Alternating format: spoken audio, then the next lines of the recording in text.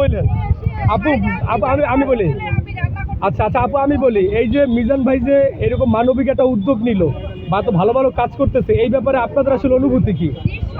অনেক ভালো, কারণ উনি মানুষরা খেতে পারতেছে।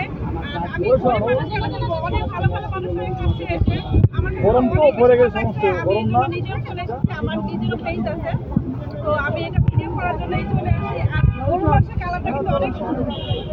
তো আপু হাড়ির হাড়ির রান্না সেই মজা, তাই না? যেটা গ্রামগঞ্জ ছাড়া আসলে এই স্বাদ পাওয়া যায় না। নাম কি আপু, আপনার পেজের নামটা বলেন একটু। শ্রাবন্তী ফয়সাল আপনার পেজের নাম। আচ্ছা আচ্ছা, তো আপনারা কি মানে খাওয়া দাওয়া করছেন মিজান ভাই হোটেলে একদিন? আর ট্রাই করবেন আজকে? হ্যাঁ, আসলে গ্রাম ছাড়া তো লার্কির চুলার খাবার সহজে দেখা যায় না, তো মিজান ভাই সেই ব্যতিক্রমী উদ্যোগের মধ্যে আছে। আপনারা কোথেকে আসছেন?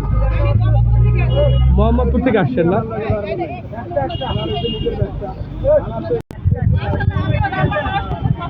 না সেটাই সেটাই রান্না করার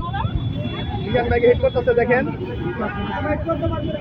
100 টাকায় যে গরুর মাংস দিয়ে আনলিমিটেড খাবার, এই তথ্যটা আপনারা কি ভিডিওর মাধ্যমে পাইছেন না?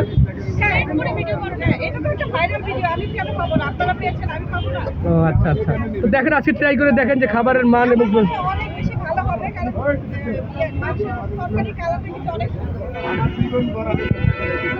ঠিক আছে, থ্যাংক ইউ আপু।